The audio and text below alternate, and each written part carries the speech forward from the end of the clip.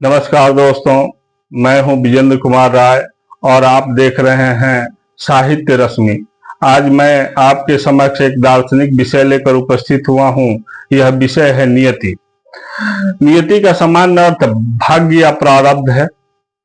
यह एक ईश्वरीय शक्ति है जिसके अनुसार मानव जीवन के कर्मों, परिस्थिति और समय के अनुसार उसके जीवन में घटनाओं का एक क्रम निर्धारित होता है और इसी के तहत उसके जीवन में घटनाएं घटती चली जाती है।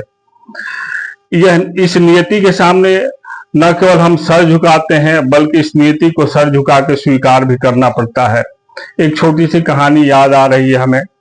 सुबह का समय था और एक कबूतर वृक्ष की डाल पर बैठा हुआ था। तभी वहां से काल गुजरा।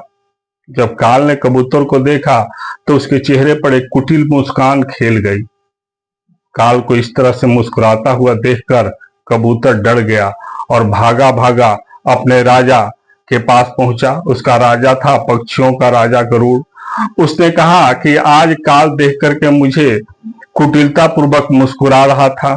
जरूर मेरे जीवन में कोई अनहोनी घटना घटने वाली है।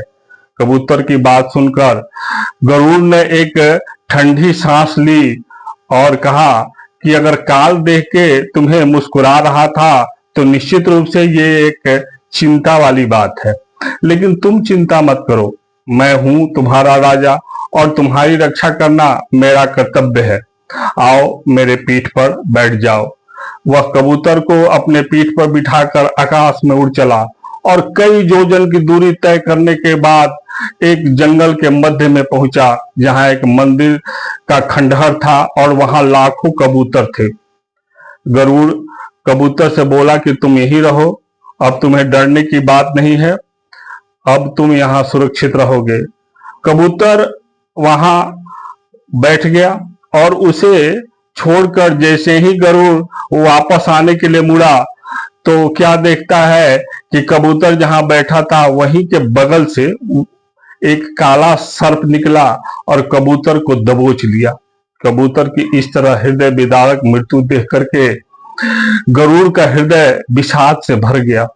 वह दुखी मन से आकाश में उड़ चला और सीधा काल के पास पहुंचा और जाके उससे पूछा कि हे देव, जो होना था सो हुआ, लेकिन आप कबूतर को देख के मुस्कुराए क्यों थे? तो काल फिर मुस्कुराया और कहा कि मैं कबूतर को देख के इसलिए मुस्कुरा रहा था कि इसको मरना कहाँ था और ये अभी तक यहीं बैठा हुआ है। इतनी जल्दी ये वहां पहुंचेगा कैसे? और देखिए, आपने हमारा काम कितना आसान कर दिया। दोस्तों, जो घटना जब घटनी होती है तब वो घट के ही रहती है।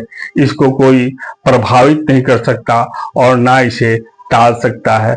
अगर ये कहानी अच्छी लगी, ये प्रसंग अच्छा लगा तो हमारे चैनल को लाइक और सब्सक्राइब कीजिएगा और साथ ही इसे जन जन तक शेयर करने की कृपा कीजिएगा। धन्यवाद। जय हिंद।